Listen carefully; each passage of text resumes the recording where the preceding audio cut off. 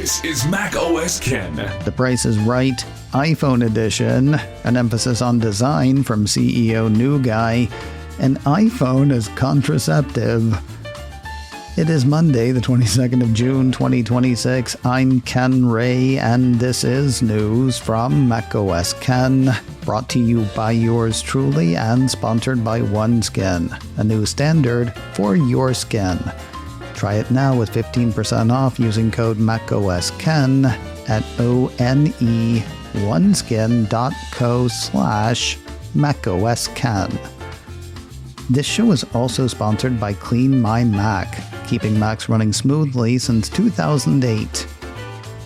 Keeping them running smoothly, not fixing them when they conk out. This is what Clean My Mac does for your Mac. Make sure your Mac is optimized for whatever you need, whenever you need it. Clean My Mac stays on top of the duplicate files, installation remnants, basic maintenance tasks to keep your Mac running its best. That way when you've got work, when you're gaming, when inspiration strikes, your Mac is ready. Because it stays ready. Clean My Mac works to keep your Mac working its best. Get tidy today. Try 7 days free and use my code MacOSKen20 for 20% off at clnmy.com/MacOSKen. Make MacOSKen all caps in both cases. That way they know where you heard about it and you get the discount. Try 7 days free and use my code MacOSKen20 for 20% off at clnmy.com/MacOSKen. Again, MacOSKen is all caps both places. Use code MacOSKen20 for 20% off at clnmy.com/MacOSKen. The Wall Street Journal thinks the next Pro model iPhone will start $200 higher than the last one, maybe $300. Midweek last week, the Journal ran a piece that I missed, pretty much trying to explain Tim Cook's stance on raising prices. The soon-to-be former Apple CEO said during an interview he did with the Journal last week that price increases for Apple hardware are unavoidable and that leaving prices where they are is unsustainable. It's memory and storage that's doing it, to the Journal's way of thinking. Doing a bit of cocktail napkin math, the cost of memory for iPhone 18 Pro will come in around $145 versus $39 for iPhone 17 Pro. Storage, meanwhile, shoots from $13 to $51. They got the price of the rest of the components staying the same. Not to be a negative Ned, but is the Journal taking transportation costs into account, or will Apple kindly eat that increase? Actually, there's wiggle room in the Journal's journaling. Calling their work an educated guess, they say their analysis is based on the current markup of memory and storage chips and projections from research firm Tech Insights, showing why the price of the base model could rise by $200 or more. The Journal actually plows ahead with why or more might be a safer bet.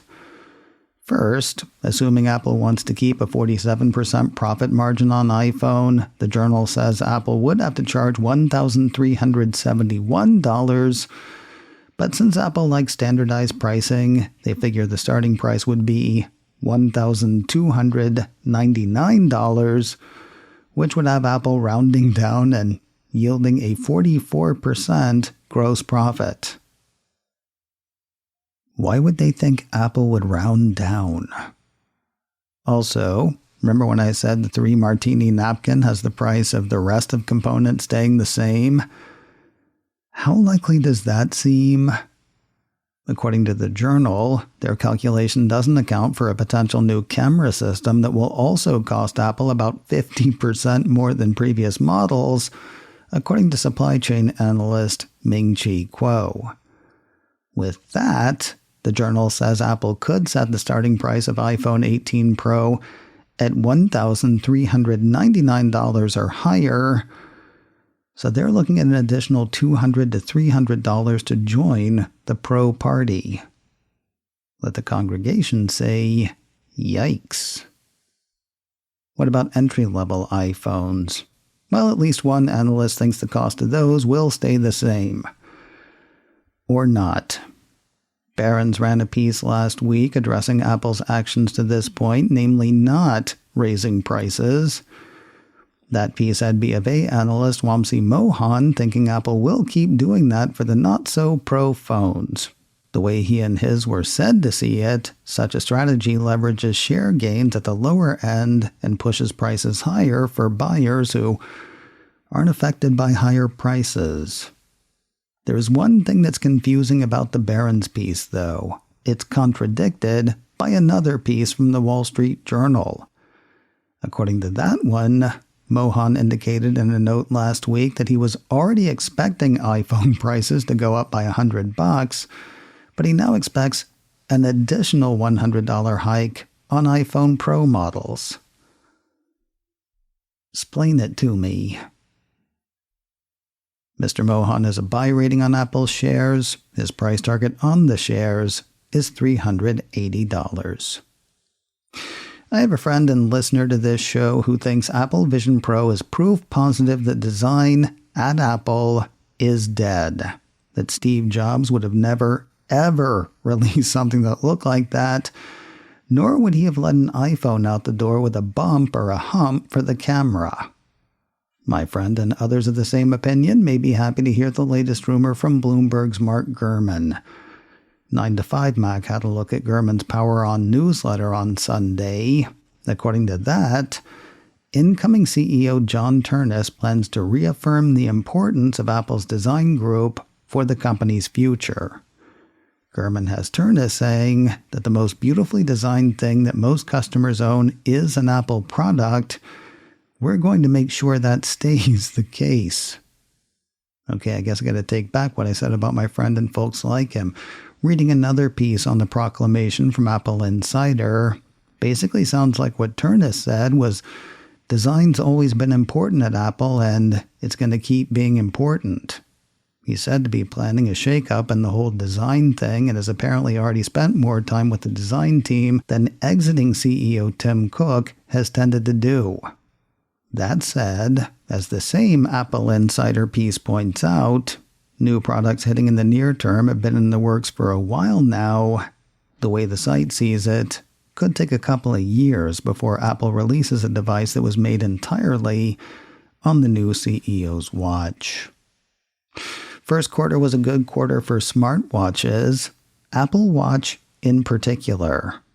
That is the word from Counterpoint Research.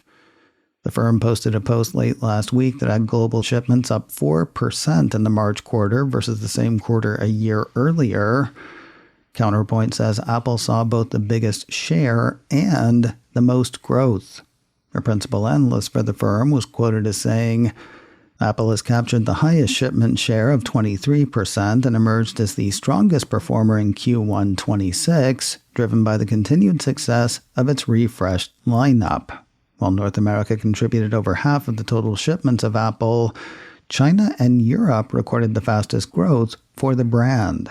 The addition of meaningful health upgrades and the affordable SE3 attracted new buyers. Running through the top 5, it was pretty much the Apple Huawei show. Apple was first with a 23% share of shipments on growth of 21%. Huawei was second with a 17% share on growth of 12%. Xiaomi was third with a 10% share on growth of 9%. iMu was fourth with a 7% share on growth of 2%. And Samsung was fifth with a 5% share on shipment declines of 28%. The other 38% went to a big gray mass of others. That category saw shipments decline 3%. Taking a look at the smartwatch forecast, cloudy with a slight chance of Ragnarok. According to the firm, recent memory shortages and macroeconomic factors are expected to slightly impact the overall growth rate for 2026. Even so, the effect is likely to be less severe than in other consumer electronics segments, supported by comparatively higher margins in premium smartwatches. More news in a moment, but first a word from today's sponsor, OneSkin, a new standard for your skin. And mine. You know what's great? Looking in the mirror every morning and not seeing a problem that I've seen there for years. I had these dry, flaky patches on my nose and brow for a really long time. I've been using OS1 Face for a couple of months now, and it's made those patches a thing of the past. OS1 Face is an essential moisturizer and part of their bestseller pack. Not only am I seeing fewer issues with dry, flaky skin, I can feel a difference. Like when I touch my face, it's softer. OneSkin is built around their patented OS1 peptide, which targets cells that drive wrinkles, fine lines, and loss of elasticity. It's working for me and thousands of others. With more than 10,000 five-star reviews, if you have issues with your skin, face, scalp, body, I encourage you to go to oneskin.co/macOSken and check them out. With over a decade of research behind it, OneSkin's OS1 peptide is proven to target the visible signs of aging, helping you unlock your healthiest skin now and as you age. For a limited time, try OneSkin with 15% off using code macOSken at oneskin.co/macOSken. That's 15% off oneskin.co with code macOSken. They're going to ask you where you heard about them. Make sure you tell them it was macOSken. Try OneSkin now with 15% off using code macOSken at oneskin.co/macOSken. Ann Arbor, Michigan's tiny Apple store is about to get bigger. Apple Insider says Apple Briarwood in Ann Arbor's Briarwood Mall is moving to a bigger space in the same mall. Citing Sunday's Power On newsletter, the piece has Bloomberg's Mark Gurman indicating that the shift will start as early as the end of next month. Whether that means construction on a new store or simply moving to a bigger location next month is currently unclear. Objections from union members, union leaders, state officials, and members of the U.S. Congress did not do the trick. As Apple announced a couple of months ago, Apple Towson Town Center has closed its doors for the last time. A piece from 9 to 5 Mac says the company announced the planned closure of 3 stores back in April: Apple North County in Escondido, California, Apple Trumbull in Trumbull, Connecticut, and Apple Towson Town Center in Towson, Maryland. All 3 were set to close on Saturday, the 20th of June. While the store sites for each list each one is temporarily closed, looks like the lights are out for all 3 for all time. And finally today, lots of people blame iPhone for distracting kids. Now there's a study that blames iPhone for a lack of them. Cult of Mac has word of a new study from the National Bureau of Economic Research. The piece notes a precipitous drop in new kids in the U.S. over the past 70 years or so. The decline has been blamed on the ballooning cost of living, economic uncertainty, urbanization, and many other factors, according to the cult. Now, one of those factors looks to be iPhone. Not smartphones, iPhone specifically. At least historically. In 2007, when the iPhone debuted, the report says, the birth rate was roughly 2.12 children per woman. It's now 25% lower. A study published this month by the National Bureau of Economic Research estimates that the spread of iPhone could explain between 33% and 52% of the decline in fertility among women ages 15 to 44. What makes them think it was iPhone? Figuring out where the Death Star was when. Quoting the report again, from 2007 through 2011, the iPhone was available exclusively through AT&T in the US. That allowed economists to compare birth trends in regions with strong AT&T coverage against areas where access to the device was more limited. According to the researchers, according to Cult of Mac, birth rates fell more sharply in places where iPhone adoption occurred sooner. Now, it does sound like the researchers would widen the scope to include smartphones across the board these days, not just iPhone. Also, they acknowledge that smartphones are just one of many factors driving down birth rates. After all, there are still economic pressures, changing social norms, later marriage, career priorities, and concerns about the cost of raising children. But that 4-year window is informative. To my way of thinking, it prompts a question: bug or feature? There was still a Twitter. We might do a poll. macOS Ken, brought to you by me, and sponsored by Clean My Mac.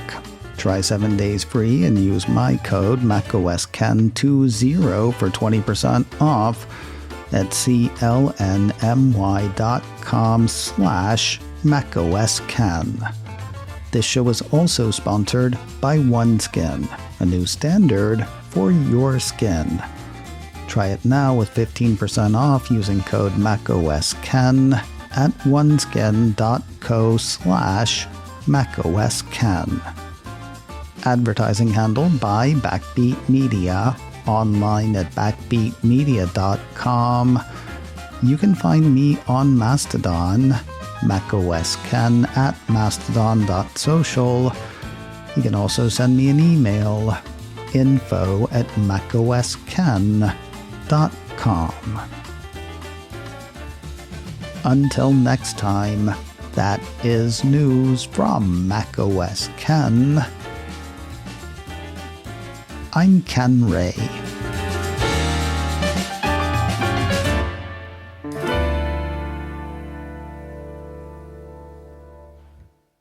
Ciao.